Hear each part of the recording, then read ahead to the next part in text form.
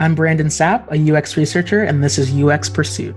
Welcome to UX Pursuit, a podcast dedicated to the unique stories and journeys of UX practitioners, how they got where they are today, what hurdles they overcame, and what advice they have for those currently pursuing a thriving career in UX.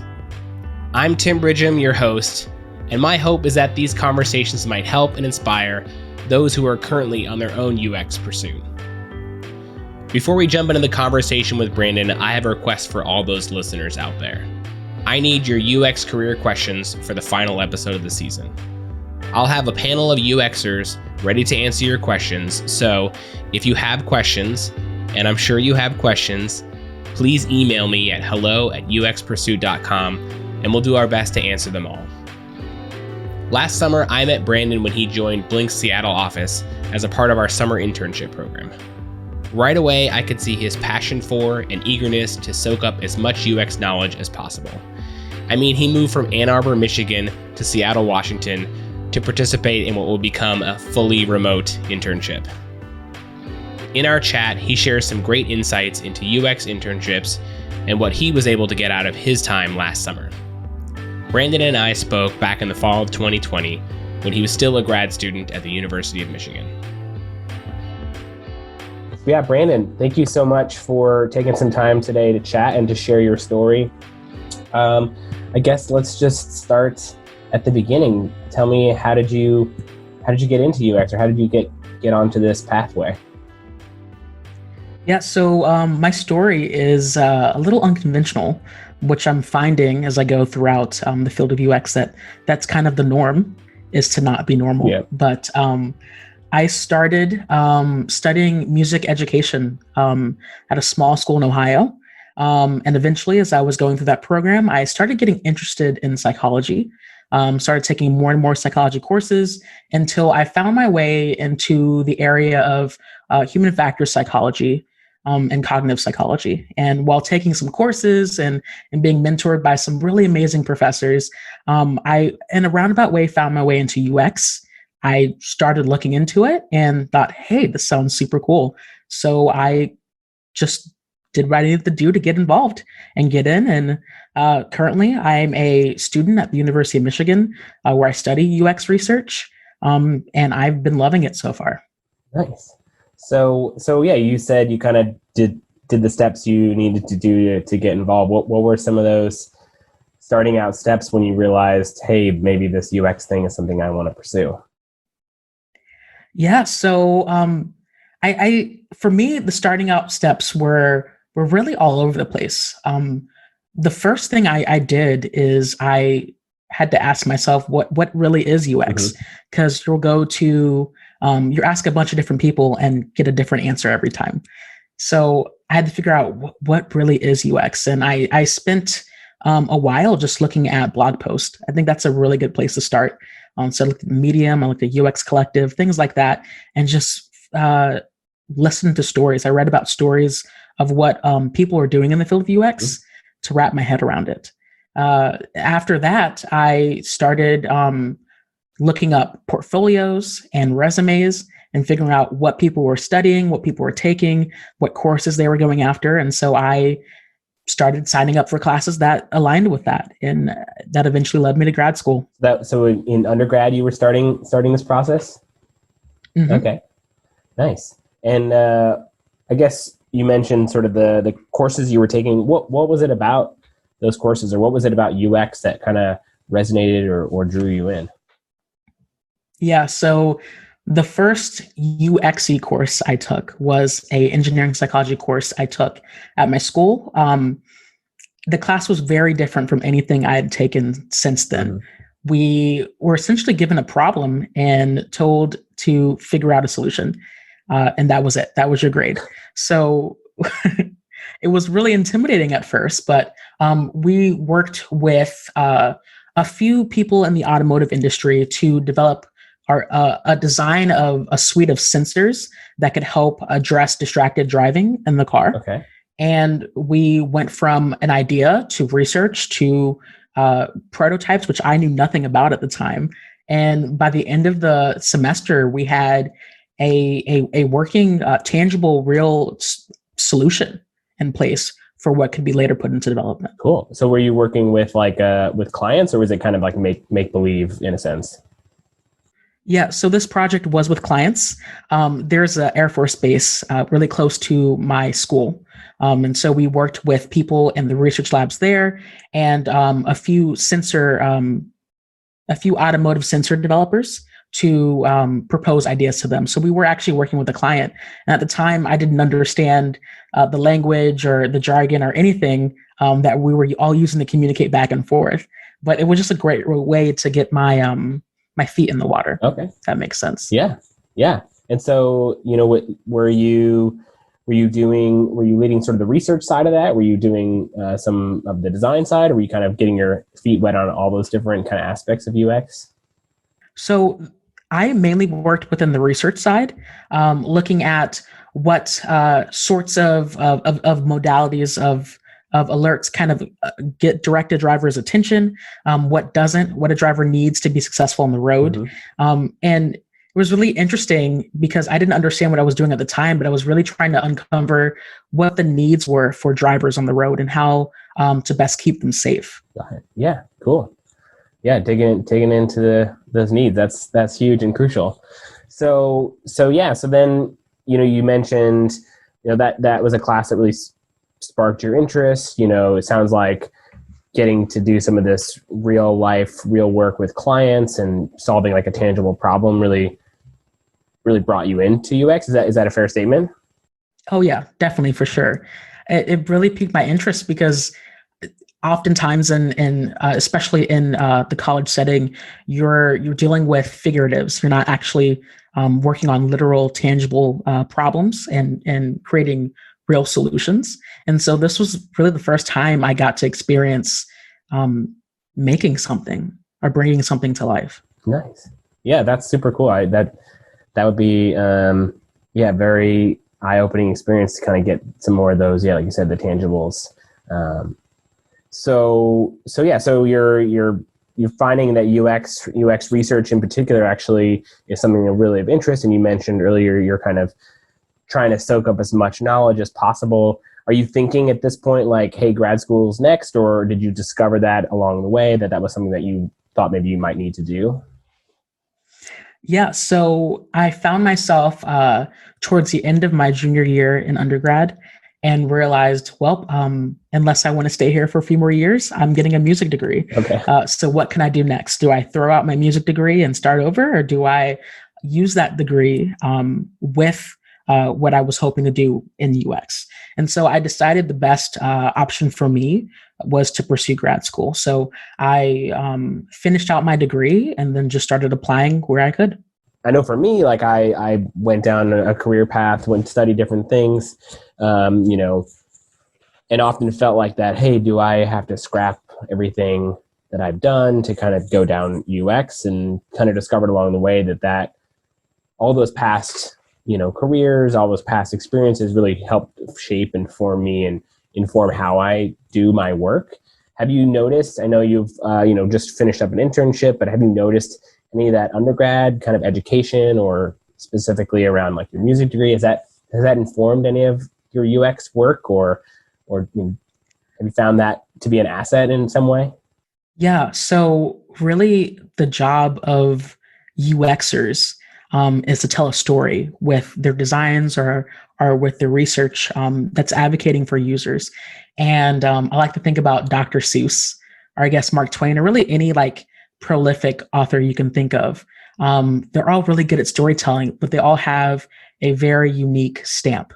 They all have a very unique tell that lets you know that, hey, this is a Dr. Seuss book, or hey, this is a Mark Twain or Mary Shelley or whoever. Mm-hmm. This belongs to them. And I think in the same way, what I've experienced in school, now that I'm in grad school, and then also my internship, is that every designer and researcher brings something to the table. They build from their past experiences. And so if you're like me and you studied music, that doesn't mean that studying UX has to, you have to throw out all the work that you've already done. But figure out where you could use your past experiences to shape how you approach research or design. For me, I like to think of performing. When you're performing, what you're really doing is advocating for the composer to your audience. You're telling a story to your audience. You're saying, "Hey, this is the message the composer is trying to leave with you," but you're putting your own spin on it. And in the same way as researchers and designers, we are advocating to clients or to companies what the user needs. We're trying to convince them of a problem and a means to a solution.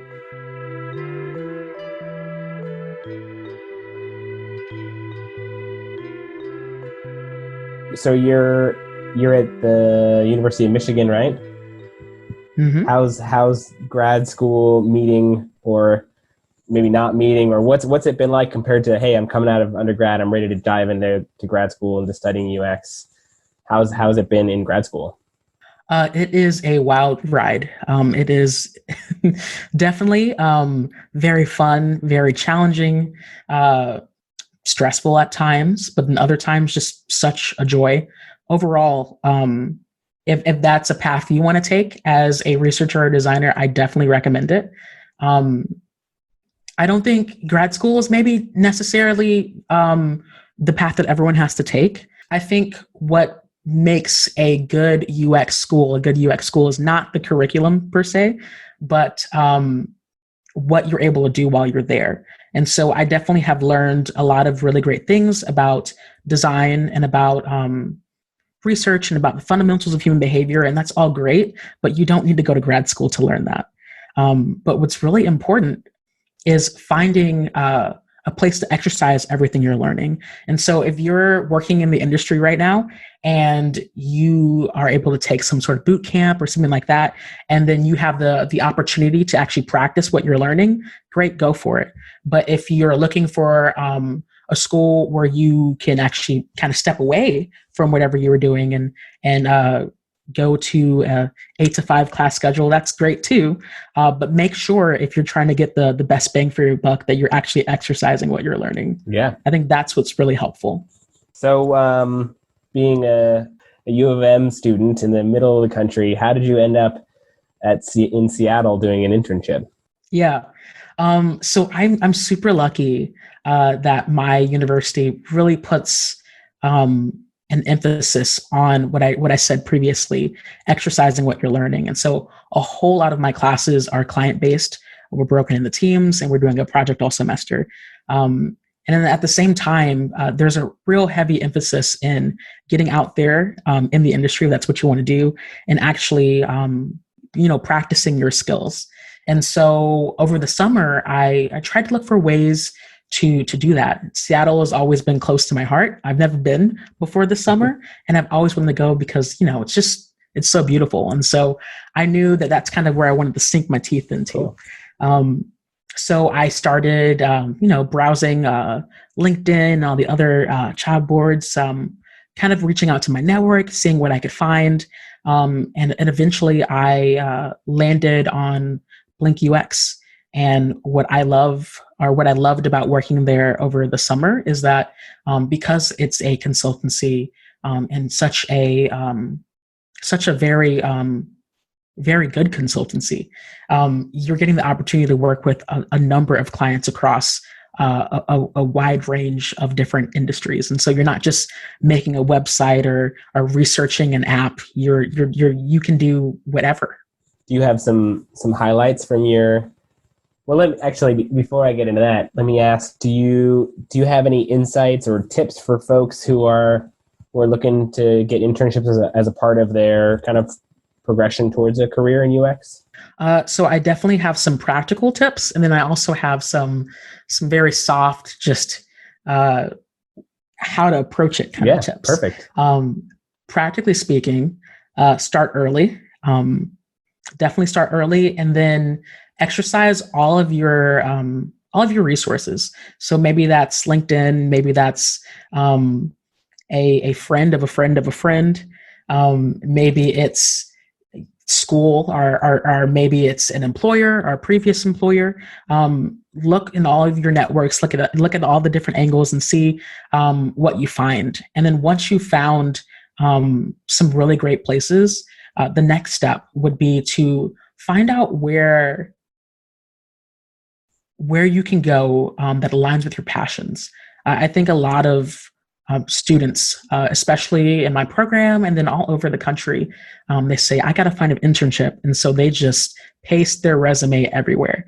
And that's great. I definitely think there are some pros to that, but you'll find that you'll get the best success when you look for places that align with what you want to do and what your passions are. So that would be what I would recommend there. And then also, you always hear, sell your brand or put your best foot forward. And that's definitely true. But also think about how you can, when you're talking to recruiters, when you're writing cover letters, think about how you can tell your story. That's how I would word it. We all, like I mentioned previously, we all have this unique take on UX that builds on our past experiences, and really be open about sharing that with a recruiter or in a cover letter. Be open about being vulnerable, talking about what your weaknesses and strengths are, and really give the recruiter a good sense of who you are as a person. I think more than a lot of other career fields, it's important for a recruiter to know who a UX researcher or designer is as a person, because that really gives you good insight into how they approach research and design. That's great. Did you have a friend of a friend of a friend at Blink? I didn't, okay. But there are a few U of Mers at Blink. I know they're taking over. That's all right. We like them. Cool. Yeah. So Brandon, you mentioned the consultancy drew you in because of the variety of work that you might get to do. I'm curious, was that the case during your internship? Oh, for sure. I got to start out working for some bigger companies like Microsoft and Facebook Oculus, and that was really amazing. But I also got the opportunity to do more of a service design kind of research with a health company called Wealthy. And really, we were seeking to address some of the needs COVID-19 has placed on a lot of people in our country. And so being a part of making something better for people, that was just really awesome. And that's what's so amazing about a place like Blink is you can go from working on a game to working on a service to working on an app. Really, it's just whatever you want to do. That's cool. Yeah.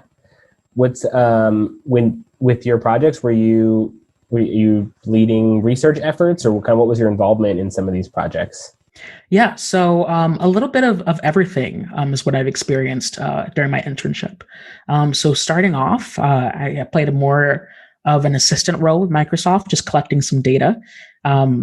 And then once I got to Facebook Oculus, I was doing some moderating. And then by the time I made it to Wealthy, towards the end of my internship, I actually was able to take on some leadership roles within the research. And so I was in charge of building sessions and moderating and deriving trends and insights and patterns out of the data and presenting to clients. And that was really fun. Nice. Was it, were you nervous ever? Was it nerve-wracking? So I think that's another thing that building off of my experience as a musician has really helped me with is, yes, of course, I still get nervous a lot, especially when presenting to clients. But after performing for a while, you get really used to pushing all that down and just doing what you need to do to put your best foot out there. Nice. Yeah, I've definitely had times where, sometimes like that first session or two, you just kind of you're trying to, especially the clients watching, you want to make sure you do it right. And I always feel like people have to see my nervous energy and be like, man, he looks so nervous. But everyone always tells me, oh, you just look more like energetic. And so people just think you're excited. Yeah. And so I'm like, all right, as long as I'm fooling everybody, that's fine with me. And then I think another thing that's really helpful with that, your first presentation or your first moderating session is realizing and accepting the fact that you're probably going to make a mistake, and that's okay. I think my supervisor, Holly, she told me that, and that just took all the pressure off. Is just knowing that this is your first time doing it. It's not going to be perfect. It shouldn't be. That'd be weird if it was perfect your first time. So giving yourself that grace to just do it, you know? Yeah. Yeah. Any other big learnings that or takeaways from your internship time? Yeah. So I definitely think one really great thing that I learned while at Blink is ideas. It's really good to think of ideas as fluid. Whether you're thinking about ideas for creating sessions or are more on the design front. I think what's really great about a place like Blink is there is such a great team spirit that ideas often build off of each other. And so whether you're just starting out in UX or maybe you haven't even started out yet and you're in a different industry altogether, definitely that's super helpful in any space is to think of your ideas or your approach ideas as fluid, and then really be willing to express those ideas in new ways. One thing that I'm learning after my time at Blink to be better at is sketching. And what I mean by being better at sketching, I don't mean you have to be a perfect drawer. I mean being more confident and comfortable with sketching, even if it doesn't look great. So getting your ideas out there in a space that's more than just your voice or in your head is super helpful. So you mentioned too, as you were going through trying to kind of soak up UX research knowledge or information. You're checking out blogs. I think you mentioned UX Collective. I'd love to, as you're someone who's maybe still doing that, and as that's a recent thing that's in your journey, what are some other resources, or what are the resources that you kind of go to kind of fill in the gaps or maybe add to what you're learning in school? Yeah, so there are definitely some like UX staples, like the design of everyday things. Don't make me think. You can go to any Google search and you can find all that stuff. And then there are also some maybe not directly UX books that I've read, The Power of Storytelling, Creative Confidence, that are helpful in any area really, but they get you to think creatively and be curious about the world around you.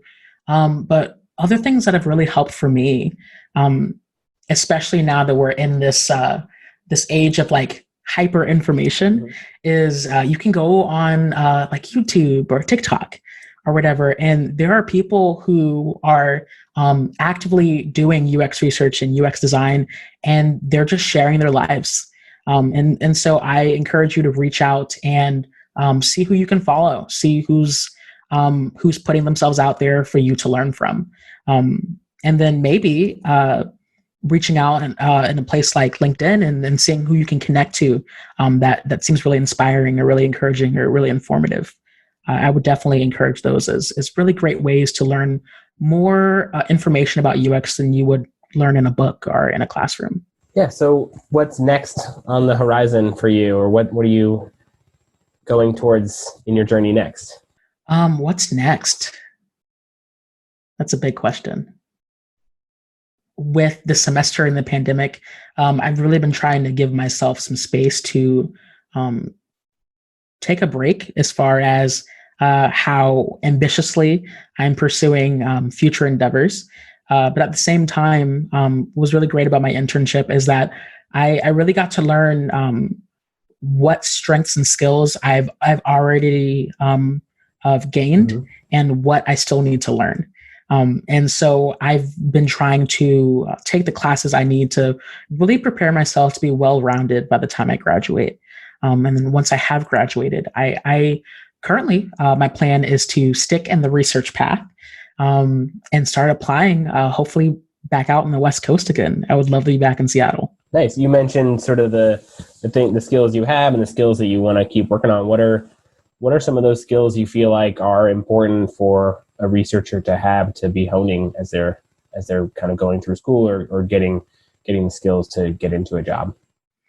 Yeah. So more on the softer side of skills, I think it's super important for a person who's pursuing UX or research or design. It's super important to be curious, to look at systems and things and objects and figure out uh, how they work, what's going on in the background, what's not working about them, what isn't, and that's super important.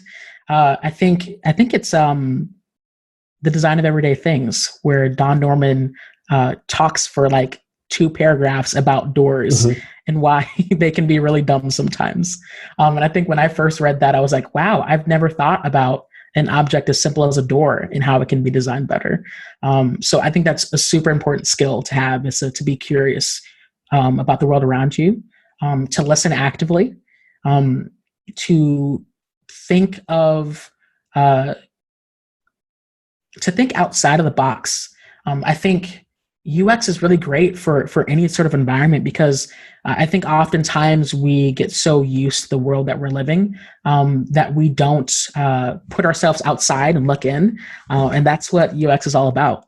So that's a really helpful skill to practice in any area of your life.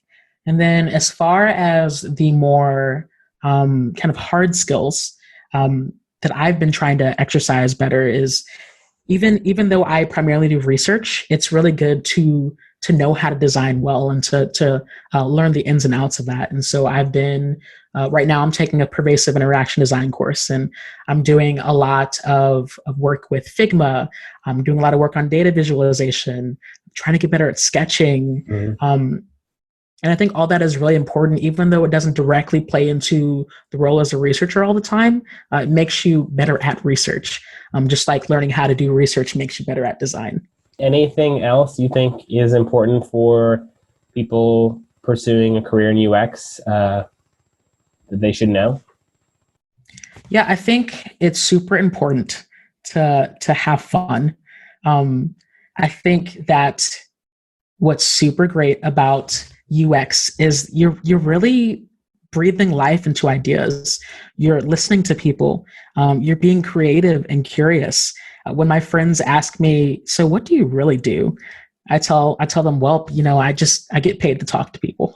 There you go. And that's, it's super great. You really get to just to learn about people's lives, and learn how to improve them. And that's something that I would encourage anyone, whether they have decided, yep, UX is for me, or maybe not so much. That's a skill anyone could definitely use. Awesome. Well, Brandon, thanks so much for taking time to share your story and pass on what you've learned in your journey towards UX. If people wanted to learn more about you, where can they do that, or how can they connect with you? Yeah, so I have a website. Right now, it's mainly for portfolio stuff, but I do a lot of videography, and I have a drone, and I've been working on that. So eventually, I'm going to put some of my more like hobby-esque stuff up there. Cool. You can find me at brandonsapp.info. And then also, I'm on LinkedIn. If you just search linkedin.com/Brandon Sapp, you'll find me. Awesome. Thanks again. Really appreciate it. Yeah, love getting the chance to talk to you. Thanks again to Brandon for joining me on the podcast. It was great to get to reconnect with him a few months after his internship ended, and to hear more about his thoughts and experience as someone who's on the verge of getting into the UX workforce. Definitely some great advice to those who are early in their pursuit of a UX career. Also, I'm happy to report that a few months after we spoke, Brandon became a full-time UX researcher at Blink, and just a few weeks ago, he moved back to Seattle to start work. Thanks so much for checking out the show. If you're thinking about or pursuing a career in UX or currently work in UX, I hope you find these discussions informative and helpful. You can find UX Pursuit wherever you listen to podcasts. Subscribe now, and if you know others pursuing a career in UX, please tell them about the show. To learn more about me or all the guests on the show, head over to uxpursuit.com. And don't forget to email me at hello@uxpursuit.com with your UX career questions for our final episode of the season. As always, a big thanks to Irene Barber for creating all the music you hear on the podcast. Be sure to check out her music under the artist name Nearby on Spotify or at nearbymusic.bandcamp.com. Again, thanks so much for listening. I'm Tim Bridgham. a senior UX researcher, and this is UX Pursuit.